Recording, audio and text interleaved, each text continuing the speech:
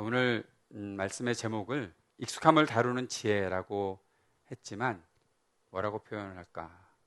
좀 단순하게 단어 두 가지로 표현한다면 변화 그리고 성숙이라는 단어로 표현할 수 있을 것 같습니다. 사실 제가 미국에 가서 LA에서 제 멘토 목사님께서 지금까지도 계속해서 계속 강조하시는 것이 이 변화와 성숙인데, 저는 그래서 변화, 성숙 이거 말고 다른 거 없을까? 그렇게 생각을 하면서 지냈지만 결국에는 우리가 믿음으로 살아가는 길에 있어서 아주 중요한 것이 이 두 가지 같아요. 성숙해 나가는 것 그리고 변화하는 것. 아마 모든 사람들이 가지고 살아야 하는 주제가 아닐까 그런 생각을 합니다. 그럼에도 불구하고 이 두 가지 단어를 딱 맞닥뜨리게 되면 먼저 부담부터 생기는 것 같아요. 뭘 자꾸 바꾸라는 거지? 교회 와서 신앙생활 시작하면서 변화해야 한다라는 이야기 많이 들으셨죠?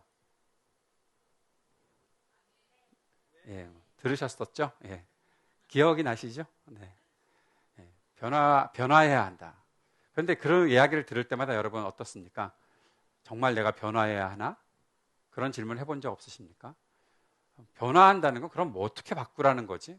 내가 왜 변화해야 하지? 어떻게 바꾸라는 거지? 어떻게 해야 변화가 되는 거지? 등등 여러 가지 질문을 하게 될 것입니다. 성숙해야 한다라고 얘기하면 사람이 살면 그대로 잘하는 거 아닌가? 그냥 그렇게 하다 보면 성숙할 수도 있고 그렇게 되는 거 아닐까? 그런 생각을 하기도 되지요. 난 나이 드는데 지금 이제 50년 넘어서 거의 60년 이렇게 그렇게 말하니까 너무 슬프다 갑자기. 예, 정확하게 말하죠. 만 56년 하고 조금 더 살아가고 있는 그 시점에 있어서 이 정도 살면은 어느 정도는 성숙하고 어느 정도 좀 된 거 아닌가? 최근에 제가 갑자기 그 기도 제목을 나누는 시간에 그런 기도 제목을 나눴었어요. 일을 잘하고 싶다. 내게 맡겨진 일들을 잘하고 싶다라는 그런 생각이 들었어요. 그렇게 기도 제목을 딱 내놓고 나니까 갑자기 제 마음속에 무슨 생각이 들어오나 하면 지금 와서 무슨 일을 잘해야 되는 거지? 이제까지 했던 거나 잘하면 살면 되지 지금 와서 뭘 더 잘하려고 그렇게 애를 써야 되나? 그런 기운이나 있나? 그런 생각이 들기도 한다는 거죠. 사람은 그냥 자연스럽게 다 잘하는 거 아닐까? 믿음도 교회 생활 하다 보면 그냥 좀 잘하는 거 아닐까? 신앙생활을 어떻게 해야 잘하는지 여러분 아십니까? 누가 신앙생활 제일 잘하는 사람일까요? 해본 적이 없는 사람들처럼. 신앙생활 제일 잘하는 비결은 눈치 빠르면 신앙생활 잘하게 됩니다. 교회 와서 눈치 빠른 사람이 신앙생활 제일 잘하는 사람처럼 보입니다. 동의하세요? 눈치가 없는 사람은 잘 못해요. 어떤 분이 교회 와서 저를 만나서, 우리 교회가 아니고요, 제가 뉴저지에 있을 때 한 분이었는데 교회에 처음 나왔어요. 저를 만났어요. 그리고 제가 복음을 전하고 예수님을 믿게 되었어요. 예수님을 믿게 된 이후에 교회가 몇천 명 모이는 교회니까 이렇게 맞닥뜨릴 일이 아주 일부러 찾아다니지 않으면 만나기가 좀 어렵거든요. 그런데 한 1년쯤 지났을 때 세례를 받겠다고 세례 교육 과정에 오셨어요. 세례 교육 과정에 딱 오셨는데 저를 반갑게 맞이하며 인사를 하시면서, 목사님, 저 세례를 받게 되었는데 제가 한 가지 좋아진 일이 있어요. 뭐가 좋아졌어요? 그랬더니 찬양할 때 그렇게 어색했대요. 찬양하는 시간이 너무너무 어색했는데 어떤 타이밍에 손을 들고 찬양해야 되는지를 알았대요. 예. 여러분 혹시 아세요? 어떤 타이밍에 손을 들고 찬양해야 되는지 아세요? 예. 남들이 손을 들면 나도 손을 들면 되는데, 그거 말고 남들이 손을 들었다고 해서 이렇게 나도 손을 들어야 되나, 그거 말고 어느 쯤에 손을 딱 들어야 되는지 알았다는 거예요. 그 말을 듣고 제가 참 기뻤지만 어떤 한편으로는 참 미안했어요. 왜냐하면 아무도 가르쳐 주지 않는구나, 교회에서 그런 거를. 교회 처음 다니고 나서 찬양 시간에 왜 손을 들고 찬양해야 되는지, 어떻게 기도해야 되는지 그런 거 참 가르쳐 주지 않고 지내는구나. 그러다 보니까 그럼 어떻게 신앙생활을 하지? 결국 눈치 빠른 사람. 그래서 한 몇 년 다니다 보면 어떻게 되는 일들. 제가 이쪽 논현동 쪽에서 전도사 시절에 저희 대학부 학교에 왔던 청년 하나가 있는데 그 청년이 1년 반 정도 지나고 나서 찬양팀 뒤에서 베이스를 치고 있더라고요. 그래서 제가 그렇게 얘기를 했어요. 쟤만 따라하면 1년 반 정도 되면 그 찬양팀에서 베이스 칠 수 있다라고 그렇게 얘기를 했어요. 우리 김준영 제 뭐 이미 오랫동안 찬양인도를 했던 분이지만 제가 알기로는 몇 주 전에 그저 여기서 기타 칠 사람이 없다고 기타 쳐주다가 그 다음에 들어올 때 마음대로 들어오지만 못 나간다고 해가지고 계속 하다가 오늘은 인도까지 했잖아요. 그런 거죠. 그렇게 신앙생활 여러분 그렇게 하는 겁니다. 그냥 잘 있다가 딱 어느 순간 끼어들어가서 뭐 하다 보면 갑자기 뭘 하게 있을 수도 있고 그러는 거죠. 그런데 이렇게 잘 따라가는 사람들이 있는가 하면 사실 이것이 잘한다, 내가 믿음이 잘하고 무엇이 내가 더 좋아지고 뭔가 내가 더 강해지고 뭔가 내가 이루어가고 하는 그런 것이다라고 자신 있게 말하지 못하고 계속 어딘가에 머물러 있는 사람들도 있다는 겁니다. 교회에서 눈치가 빠른 것도 아니고 누가 날 잘 가르쳐 주는 것도 아니고 그러니까 그냥 가만히 머물러 있다가 어떻게 될지 모르는 그런 사람들도 있다라는 것이죠. 그런데 그럼에도 불구하고 성경이 우리들에게 가르쳐 주는 것은 우리가 자라가야 한다는 거예요. 교회에 나왔고 내가 예수 그리스도를 주로 영접했고 그리고 예수님을 믿고 살아가다 보면 이 믿음이라는 것은 단순히 내가 어떤 정보를 가지고 있다라는 것으로 끝나는 것이 아니기 때문에 그 믿음이 내 속에 들어와서 나의 믿음이 조금씩 더 자라가야 한다라는 것입니다. 에베소서 4장 13절 말씀에 이런 말씀이 있습니다. 우리가 다 하나님의 아들을 믿는 것과 아는 일에 하나가 되어 온전한 사람을 이루어 그리스도의 장성한 분량이 충만한 데까지 이르리니 우리가 하나님의 아들을 믿는 것과 아는 일에 하나가 되고 온전한 사람이 되는 것. 이 말은 우리가 처음부터 온전하지는 못하다라는 거예요. 우리가 뭔가 부족함이 있다는 거죠. 시작을 막 했기 때문에 또는 우리가 아직 다 완성되지 않았기 때문에 내가 무엇인가 부족한 부분들이 있는데 그럴 때 그러한 우리들에게 하나님께서 말씀하시는 것은 온전한 사람을 이루어야 한다라는 것이고요. 그리고 그리스도의 장성한 분량이 충만한 데까지 이르리니 이 말씀의 뜻은 우리가 자라가는 것의 목표가 어디인가 하면 그리스도의 장성한 분량에 이르기까지 아주 쉽게 설명하면 예수님처럼 되어야 한다라는 거예요. 예수님을 따른다. 그것은 예수님의 뒤만 졸졸 따라다닌다가 아니라 예수님처럼 살아간다. 내가 예수님을 따라서 살아간다. 내가 예수님을 조금씩 더 닮아간다라는 말씀을 하고 있는 것이죠. 성경은 언제나 우리들에게 이것을 요구하고 있습니다. 우리가 살아가는 동안 예수님을 믿고 그렇게 예수님 은혜 안에서 내가 생명을 얻었다면 그 생명이 내게 있어서 자라가는 것이 되어야 한다라는 것이죠. 골로새서 2장 6절 7절 말씀에는 그러므로 너희가 그리스도 예수를 주로 받았으니 여러분 동의하시죠? 그리스도 예수를 주로 받으셨죠?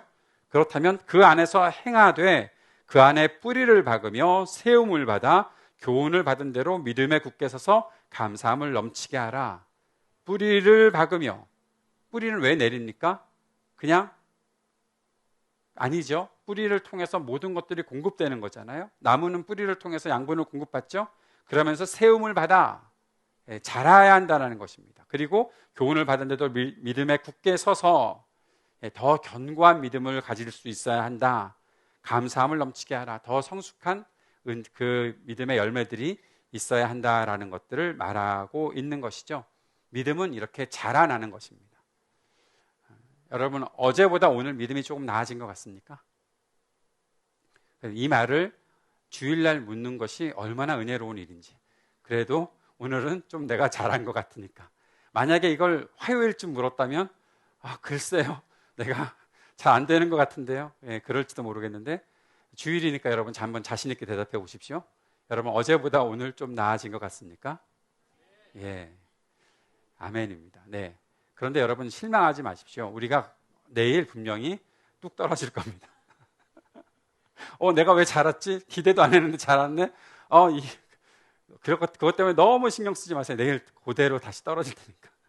그런데 여러분, 이 신비로운 것이 뭔가 하면 믿음이라는 것은 우리에게 그냥 굴곡이 있는 것 같지만 이 굴곡을 좀 멀리서 보면 조금씩 더 자라게 된다는 거예요. 그렇게 우리를 하나님께서 이끌어 주신다는 거예요. 인간이 어떻게 실패를 안 하겠습니까? 인간이 어떻게 실수를 안 하겠습니까? 인간이 어떻게 멈추지 않겠습니까? 멈출 때도 있고 이전보다 잘 안 될 때도 있죠. 다 그런 것이 우리의 연약한 인간입니다.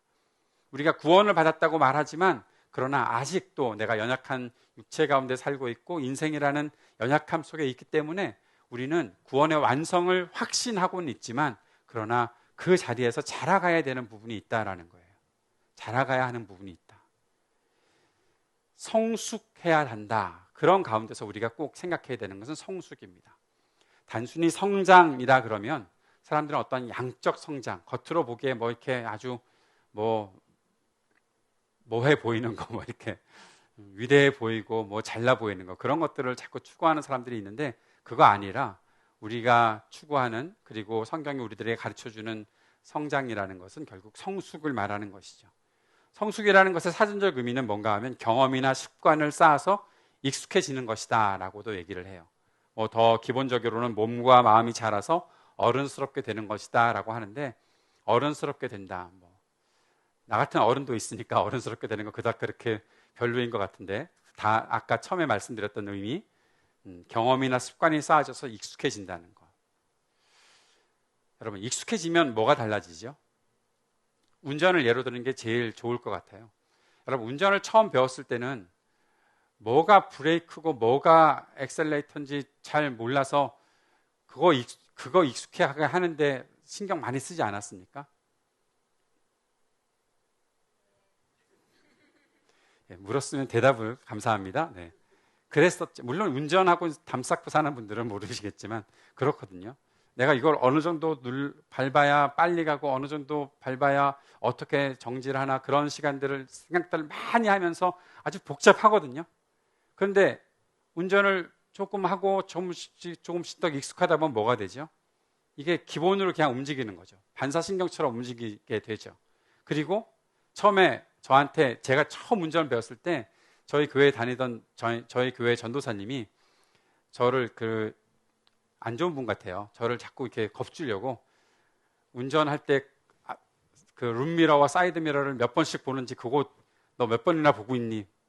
그런 거 해야 된다, 막 그렇게 하시는 거예요. 그래서 그거 보느라고 맨날 이렇게 계속. 근데 지금은 다 보여요. 그거 신경 안 써요. 그죠? 그거 신경 쓰면서 그걸 보면서 운전하는 사람이 어디 있습니까? 그냥 신경 안 써도 내가 다 보고 움직이고 있어요. 익숙해지는 거니까요. 익숙해지고 있으니까요. 익숙해진다는 것은 바로 그런 것이죠. 내 몸에 완전히 배어 있는 거예요. 내가 이렇게 운전도 마찬가지로, 믿음도 마찬가지로, 내가 믿음 생활하는 것에 있어서 이 모든 것들이 익숙해지는 거예요. 그러면서 내가 잘하고 있다. 그것이 익숙해져야 내가 다양하게 적용할 수 있으니까, 많은 것들을 보면서 갈 수가 있으니까, 그런 것을 가리켜 성숙이라고 말하기도 하고 또 익숙해지는 것이다라고도 말할 수 있습니다. 디모데전서 4장 15절의 말씀에 이런 말씀이 있어요. 이 모든 일에 전심전력하여 하나님을 믿고 복음을 전하고 사람들을 케어하고 하는 이 모든 사람들을 사랑하고 믿음 가운데 살아가는 이 모든 일에 전심전력하여 너의 성숙함을 모든 사람에게 나타나게 하라. 우리가 성숙했다라는 것을 모든 사람들에게 나타나야 한다라는 사실을 말하고 있는 거죠. 옛날 개역 한글에서는 이 성숙을 진보라고 얘기했어요. 너의 진보를 모든 사람들에게 나타내야 한다. 네가 이전보다 나아졌다는 것을 나타내야 한다. 여러분, 여러분을 자신을 보면서 내가 이전보다 좀 나아졌나? 내가 이전보다 조금씩 더 성숙해지고 있는가? 그것이 누군가에게 분명히 증거가 되는가? 그런 질문을 했을 때 yes, 그렇다라고 말하실 수 있겠습니까? 그렇게 되어야 한다라는 것이죠. 그렇게 익숙해져야 하는 일들을 가지고서 우리가 그 익숙해짐이 자연스럽게 나타났으면 좋겠는데 그것이 잘 안 되기 때문에 우리에게 필요한 것이 훈련이라는 것입니다. 훈련해 나가야 되는 것이죠. 디모데후서 3장 14절 말씀에 그러나 너는 배우고 확신한 일에 거하라 그랬습니다. 배우고 확신한 일에 거하라. 이 말은 배우는 일, 그리고 내가 확신을 갖고 있는 일, 이것에서 계속 내 삶들을 훈련시켜내야 한다라는 것을 말해주고 있는 것이죠. 내가 배우는 일, 이것이 귀찮은 데가 아니라 훈련해야 된다는 거예요. 내가 이것은 꼭 해야 되기 때문에 이 일을 하지 않으면 내가 믿음이라는 것 속에서 믿음이라는 것을 가지고 살아가는 일에 내가 어느 순간 뒤처질 수도 있고 실패할 수도 있기 때문에 계속해서 이 일을 배우고 또 그 확신 가운데 거해야 한다라는 것을 말씀해 주고 있는 것이죠. 누가복음 6장 47절부터 49절 말씀에 주님께서는 집을 세우는 사람들에 대해서 예를 들어 이런 말씀을 하십니다. 내게 나와 내 말을 듣고 행하는 자마다 누구와 같은 것을 너에게 보이리니 집을 짓되 깊이 파고 주추를 반석 위에 놓는 사람과 같으니 어떤 사람인가 하면 내 말을 듣고 행하는 사람마다 듣고 행한다. 듣고 행한다는 말은 훈련해 나가는 것을 의미하는 것입니다. 그 사람은 주추를 깊이 파고 반석 위에 놓은 사람 같으니 큰 물이 나서 탕류가 그 집에 부딪히되 잘 지었기 때문에 능히 요동하지 못하게 하였거니와 듣고 행하지 아니하는 자는 듣고 행하지 않는 자는 어떤 사람인가 하면 훈련하지 않는 사람을 말을 해요. 그런 사람들은 주추 없이 흙 위에 집 지은 사람과 같으니 탕류가 부딪힘에 집이 곧 무너져 파괴됨이 심하니라 하시니라 라고 말씀하셨습니다. 훈련해야 된다라는 것입니다. 훈련해야 된다.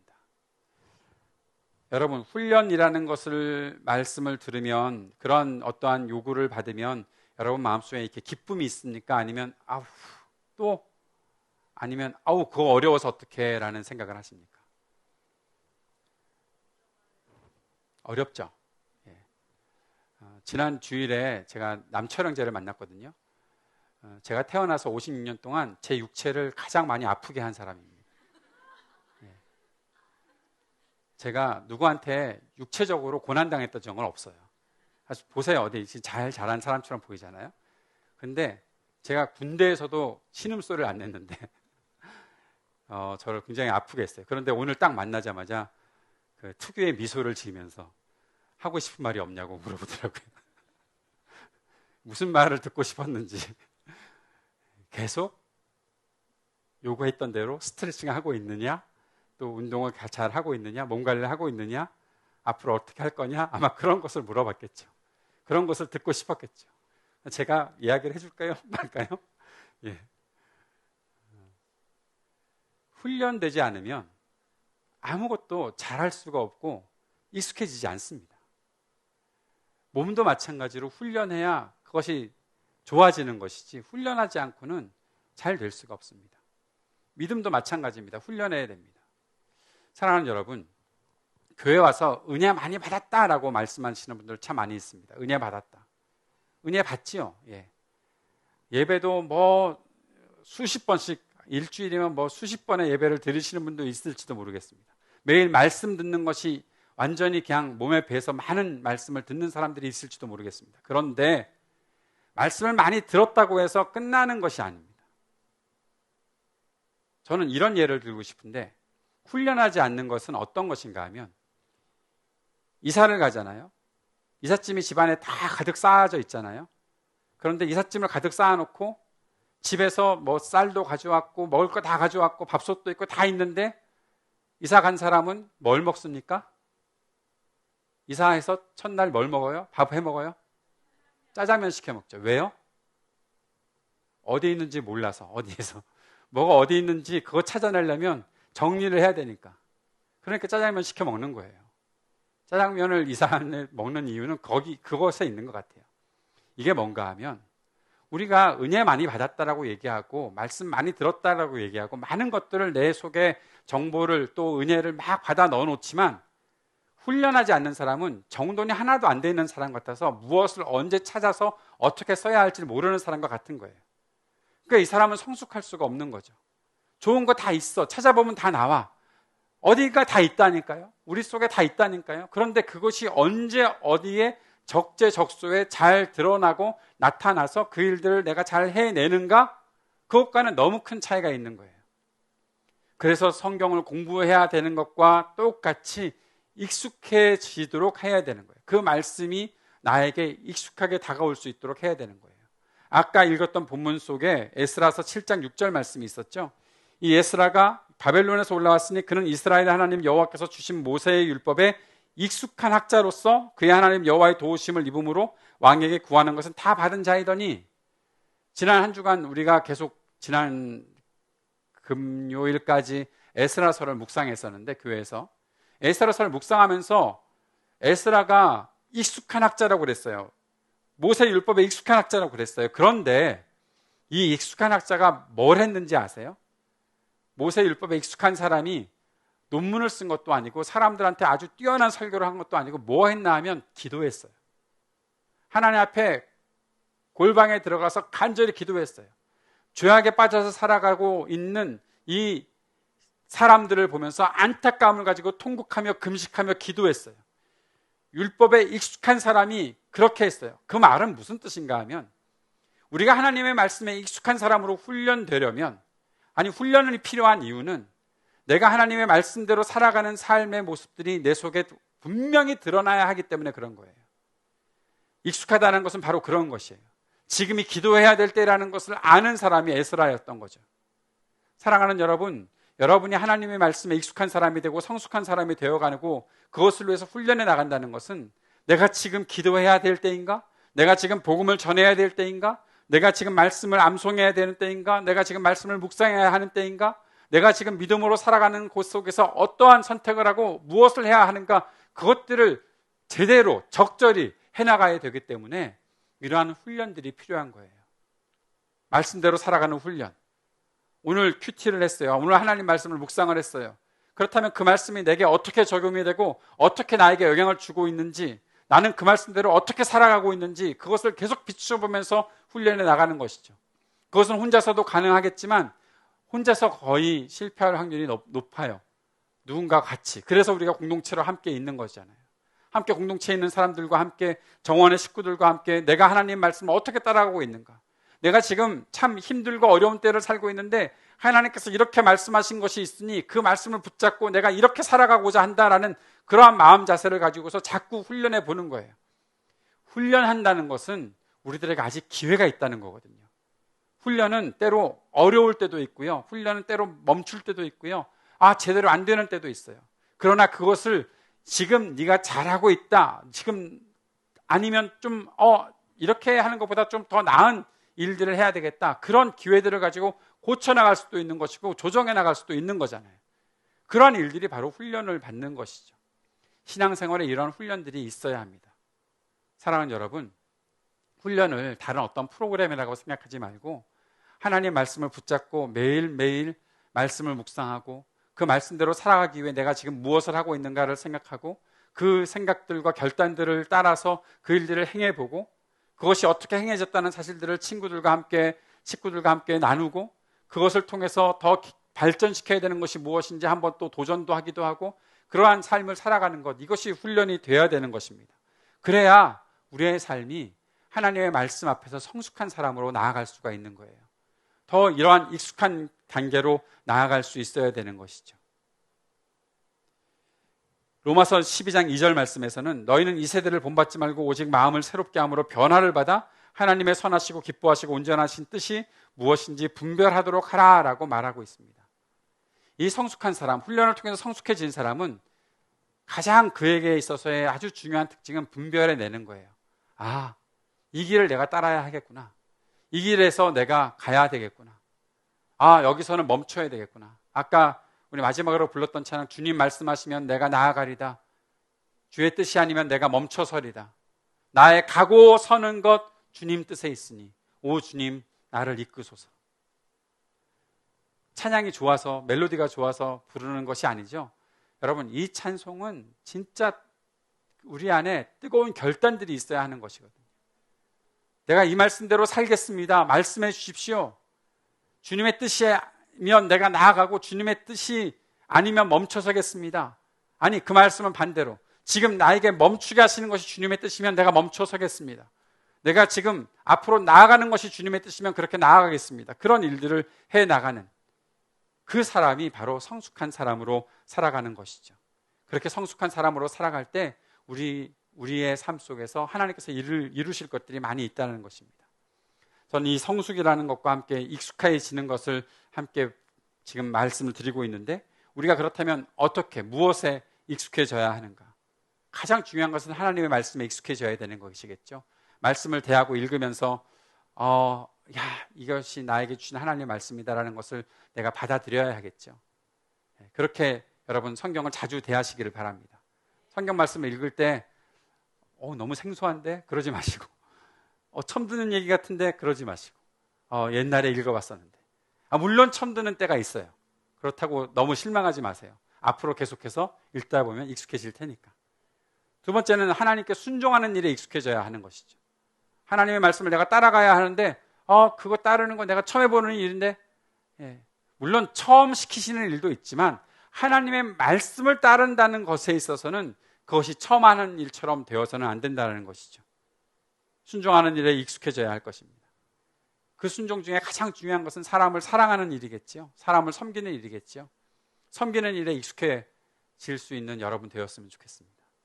제가 지난 산상기도회 갔을 때 제가 찬주자매를 보면서 어떻게 저런 삶을 살아갈까 감동했던 순간이 있었어요.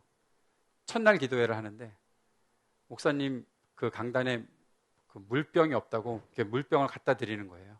근데 중요한 것은 엄마가 미리 갖다 놨다는 거지. 기억나요? 예. 그걸 보면서 그 목사님께 물이 필요하다 그것을 갖다 드리는 그 모습을 보면서 저거는 굉장히 익숙하게 갖다 드리는 것을 보면서 훈련되어 있구나라는 생각을 했었어요. 그런 부분에서 엄마한테 다 배운 거겠지. 그죠? 이런 일들, 사람을 섬기고 누군가를 아껴주고 그렇게 헌신하는 그런 일들에 우리가 익숙해져야 되는 거 아니겠어요?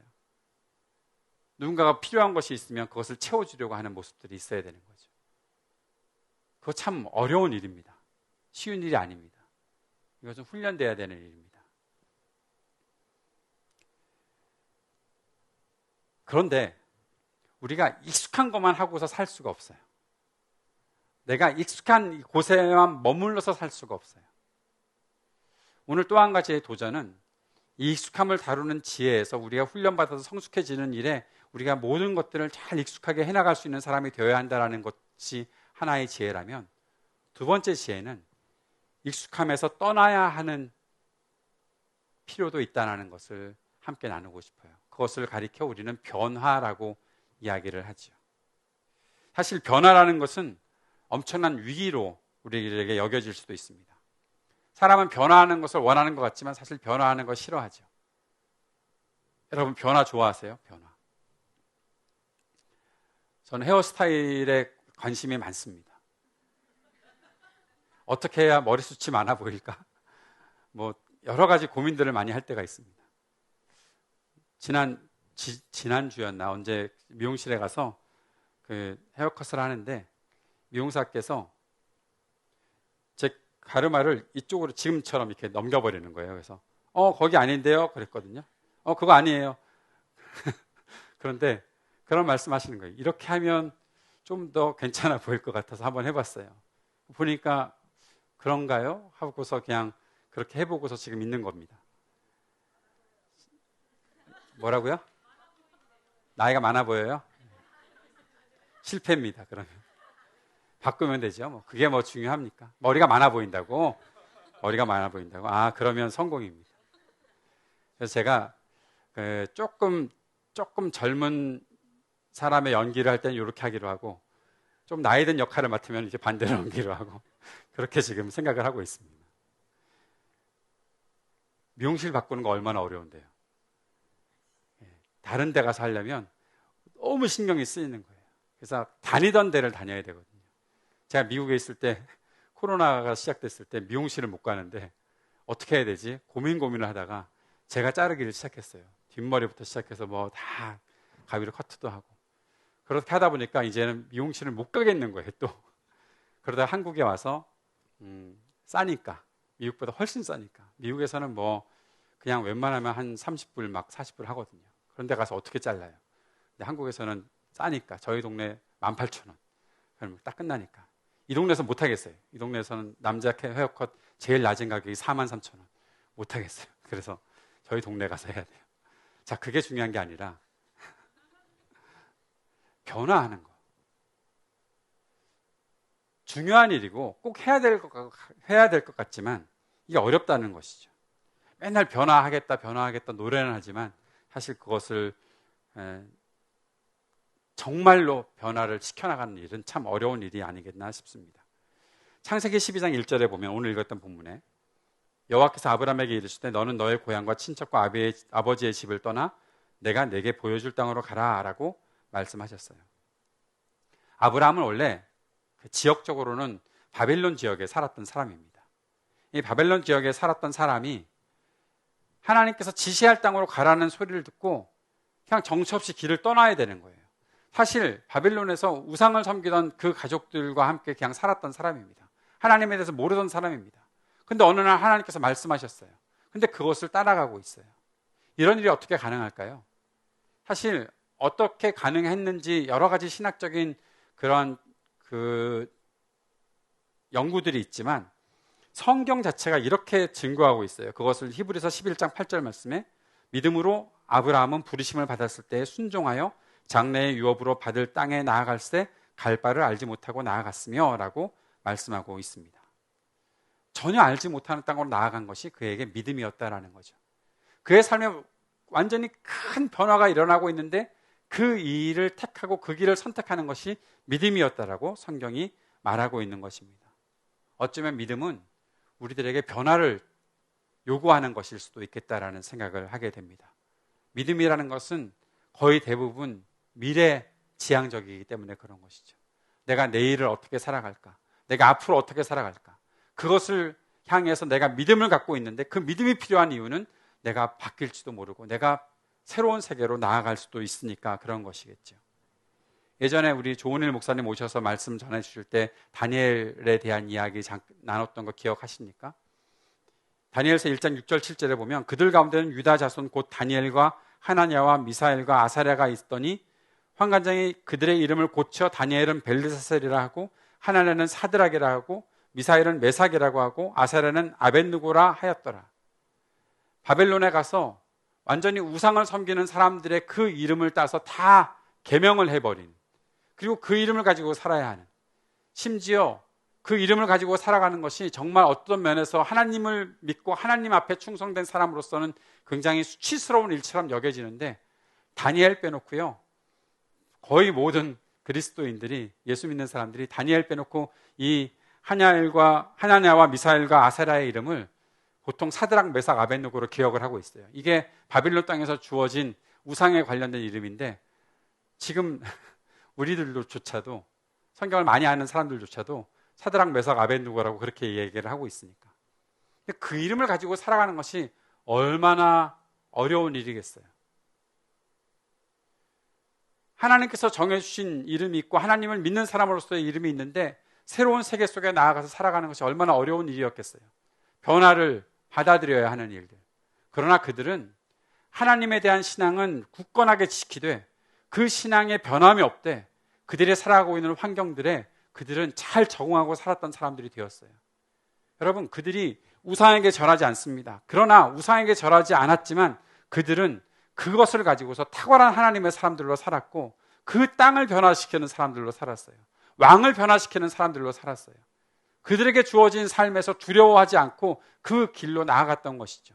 사실 바벨론에 간다는 것은 전쟁에서 지고 완전히 패망해서 포로로 끌려가는 것이었어요. 이스라엘에 사는 사람들, 남유다에 사는 사람들, 그들 누구도 바벨론으로 포로로 끌려가는 것들을 원하지 않았어요. 하나님께서는 그 땅으로 가는 것이 너희들에게 대한 내가 너희들을 징계하는 것이고 그렇게 70년의 포로로 살고 오면 내가 치유시키고 회복시킬 것이다 말씀하시고 약속하셨는데도 불구하고 이스라엘 백성들은 아무도 그것들을 원하지 않았어요. 이집트를 의지하고 우리가 바벨론을 이길 거다라는 그런 생각만 하고 있었어요. 왜요?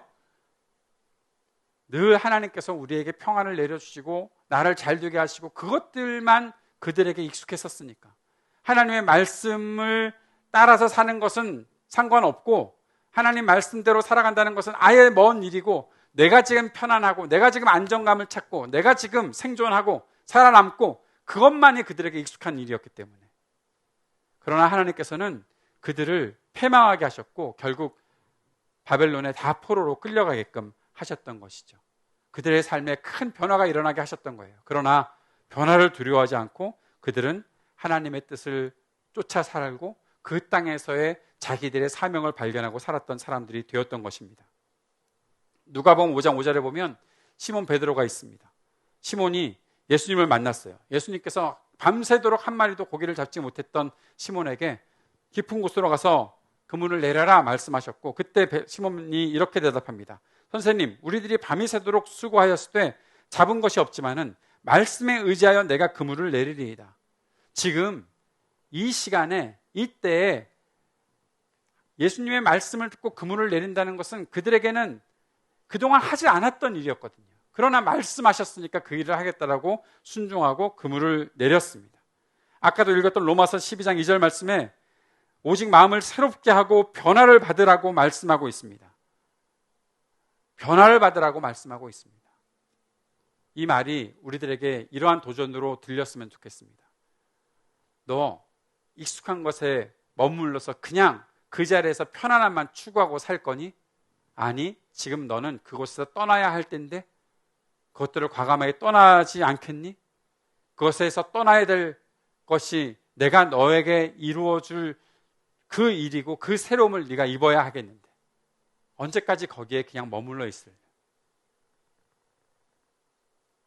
사람은 변화에 대해서 도전을 받을 때 위기의식을 겪기도 하고 그것을 충분히 따라갈 만한 마음을 갖는 것이 참 어렵습니다. 그런데 우리는 그 익숙한 것에서 떠나야 될 필요도 있다는 사실을 꼭 기억해야 한다는 것이죠. 고집 부리는 사람들이 있습니다. 이것만이 내가 갔던 길이다. 이것만이 하는 일이다. 그 고집에서 우리가 떠날 수 있기를 바랍니다. 하나님께서 말씀하실 때면 하나님께서 나에게 그것이 아니라 아니 더 새로운 것을 향해야 한다라고 말씀하시면 그 고집에서 떠날 수 있어야 되겠습니다. 불순종하는 것, 하나님 뜻대로 살지 않는 그저 세속적인 가치를 가지고 살아가는 그것이 내게 익숙했다면 그것에서 과감히 떠날 수 있는 우리들이 될 수 있기를 바랍니다. 나 자신만 찾고 이기적으로 살고 나 중심적으로 살았던 그 모든 것에서 떠날 수 있기를 바랍니다. 안전과 생존을 추구하면서 그 속에서만 살았던 것에서 떠날 수 있기를 바랍니다. 지난 주간에 묵상했던 에스라서에 이방 사람들과 결혼했던 사람들이 있었어요. 레위인들과 제사장들이 가나안 땅에 있으면서 가나안 땅에서 그냥 머물러 살면서 그냥 이렇게 지내면 좋을 것 같으니까. 그런데 어떻게 지내는 것이 좋은가 하면 가나안 땅 사람들 부자이고 힘 있는 사람들이니까 그들과 함께 결혼해서 살면 우리가 좀 편안하지 않을까? 그들과 우리가 맨날 대적하면서 사는 것보다 그들과 함께 결혼해서 살면 우리에게 편안함이 있지 않을까? 그러한 생각은 아마 솔로몬부터 시작된 것 같아요. 그런데 그 일들이 하나님 앞에서 죄악이다라는 것을 깨달았던 것이죠. 이방 사람들과 결혼한 것 자체가 죄악이라는 것이 아니라 이방 사람들과 결혼함을 통해서 그들의 우상들이 그 삶 속에 하나님 백성 삶 속에 그 우상들이 그대로 들어오는 것이 있었기 때문에 하나님께서는 그것을 안타까워하셨고 그 소식을 들었던 에스라가 너무너무 슬퍼하면서 통곡하면서 기도했던 거예요.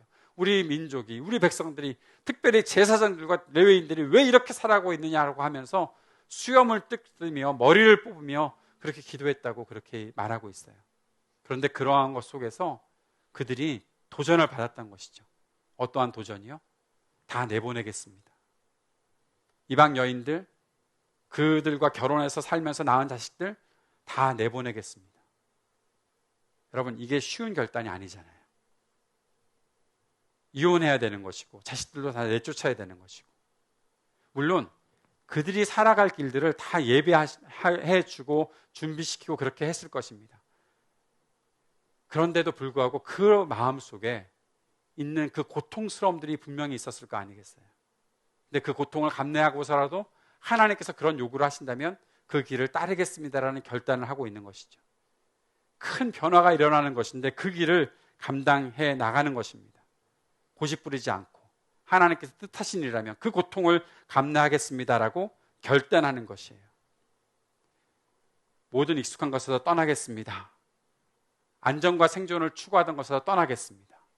내 모든 삶의 중심은, 내 모든 삶의 초점은 오직 하나님께 맞춰져 있고 하나님의 말씀에 맞춰서 살겠습니다. 그 고백을, 그 헌신을 하고 있는 것이죠. 익숙한 것들에서 떠날 때 새로운 시작이 있습니다. 익숙한 것들에서 떠날 때 새로운 열림을 경험하게 되는 것입니다. 하나님께서 저의 삶에도 그러한 변화를 요구하셨던 때가 몇 차례 있었습니다. 그런데 떠나는 것 자체가 두려웠어요. 아무것도 예비되어 있지 않았을 때 떠났기 때문에 그랬어요. 한국에서 미국으로 갈 때도 아무것도 준비된 것이 없었어요. 단지 학교에 입학 허가서 한 장밖에 저에겐 없었어요. 무엇을 하고 살아야 될지 별로 그렇게 많이 준비했던 것 같지도 않아요. 그 준비라는 것은 돈 말입니다. 돈. 딱 한 과목 강의 듣고 나니까 다 끝났어요. 더 이상 재정이 없었어요. 뭐 어떻게 살아야 하지? 라는 생각을 하게끔 되었어요. 그런데 하나님께서는 길을 열어주셨어요. 사역할 수 있는 길을 열어주셨어요. LA에서 그렇게 6년 반 정도를 살고 났을 때 떠나야 될 때가 온 것 같아서 떠나기로 작정을 했어요. 그리고 어디로 가야 할지를 먼저 정했어요. 어디로 가서 무엇을 해야 될지를 정하지 않았어요. 떠나는 날까지, LAX에서 비행기를 타는 순간까지 아무것도 저한테 결정된 것이 없었어요. 떠나고 나니까 그때서야 길을 열어주셨어요. 뉴저지에서 6년 반을 또 살고 거의 7년을 살았죠. 그렇게 7년을 살고 또 떠나야 될 때가 되었어요. 아무것도 준비되어 있지 않았어요. 남들 같으면 잘 가는데 왜 저는 그렇게 잘 안 되는지 모르겠어요. 근데 잘 안 되는 것 같았는데, 그런데 뉴저지에 살던 모든 기반에서 떠날 때 하나님께서 길을 또 찾게 해주셨어요. 떠날 때 찾게 해주셨어요. 그리고 아이오와로 가게 되었어요. 아이오와에서 만 5년을 살고 한국으로 오게 되었어요. 그렇게 떠날 때 하나님께서 하시는 일들을 보게 되었어요. 그때는 좀 기간이 길게 늘어지더라고요. 점점 이렇게 하실 건가? 약간의 두려움이 있습니다. 이런 식으로라면 저는 하나님께서 이렇게 일 안 하셨으면 좋겠어요. 저는 안정적인 사람이에요. 돌아다니는 사람 아니거든요. 가만히 앉아있는 거 좋아해요. 그냥 그 자리에 머물러 있는 거 좋아해요. 하던 일들을 계속해서 하는 것이 중요해요. 그런데 하나님께서 요구하시는 일들을 해나가야 될 때 때로는 나에게 도전하셔요. 새로운 길을 위해서 도전하세요. 근데 먼저 열어주시는 것이 아니라 먼저 나아가라고 말씀하시고 떠날 것들을 요구하세요. 여기가 익숙하고 여기가 좋은데요. 여기서 더 잘할 수 있을 텐데요. 아니, 내가 너한테 지금 요구하는 것은 그런 것이 아니라 또 다른 일일 거야. 그것을 너는 보게 될 거야. 그 기대만 가지고 그 소망만 품고 발걸음을 떼면 하나님께서 우리에게 또 새로운 것들을 만나게 하실 거예요. 저는 저의 인생 속에서 그러한 경험을 하면서 살았기 때문에 만약에 또 떠나게 된다면 되게 두려울 것 같은데 그걸 한 번 하지 2번 정도? 그래 3번 정도 해봤으니까 이제 됐지 뭐. 또 그렇게 하시더라도 제 마음속에는 알았어요. 알아서 하세요 라고 그럴 것 같아요. 사랑하는 여러분, 우리에게 있어서 익숙하다는 것은 우리를 성숙시키는 기도도 되지만 때로는 그 길에서 떠나야 될 때는 떠나야 하는 것이 우리가 하나님 앞에 살아가는 모습인 것입니다. 우리에게 있어서 가장 중요한 것은 하나님의 말씀을 붙잡고 살아가는 거예요. 그 말씀이 내게 익숙해진다면, 그 말씀대로 살아가는 삶이 내게 익숙해진다면 하나님은 우리에게 참된 성숙을 이루기도 하시고 때로는 변화도 이루게 하시고 하나님의 일들을 우리에게 하나씩 보여주실 것이라고 믿습니다. 믿음은 철저하게 하나님을 의지하고 하나님과 동행하며 살아가는 것입니다. 머무르고 익숙해져야 할 때는 인내하고 견디고 훈련하고 또 떠나야 할 때는 익숙함을 버리는 것을 두려워하지 말고 새로운 세계를 향해서 주저함 없이 나아가는 사람으로 살아가는 것. 그것이 우리에게 아주 중요한 믿음의 태도라는 것입니다. 하나님과 동행하십시오. 하나님과 함께 하십시오. 그것은 말씀 통해서 나타나는 겁니다. 말씀을 읽고 말씀을 붙잡고 말씀을 듣고 말씀을 연구하고 말씀을 묵상하고 말씀대로 살아가려고 노력하는 에스라처럼 말씀에 익숙한 사람으로서 때로는 기도하는 자리에, 때로는 하나님의 말씀을 선포하는 자리에, 때로는 내가 해야 될 일들을 충실히 하는 자리에, 그 자리에 서는 그 말씀대로 살아갈 수 있는 저와 여러분이 될 수 있기를 바랍니다. 그 모든 것의 중심에 하나님이 계시다는 사실을 꼭 기억하시고 그 주님의 뜻을 이루어가는 저와 여러분의 삶이 될 수 있기를 축복합니다.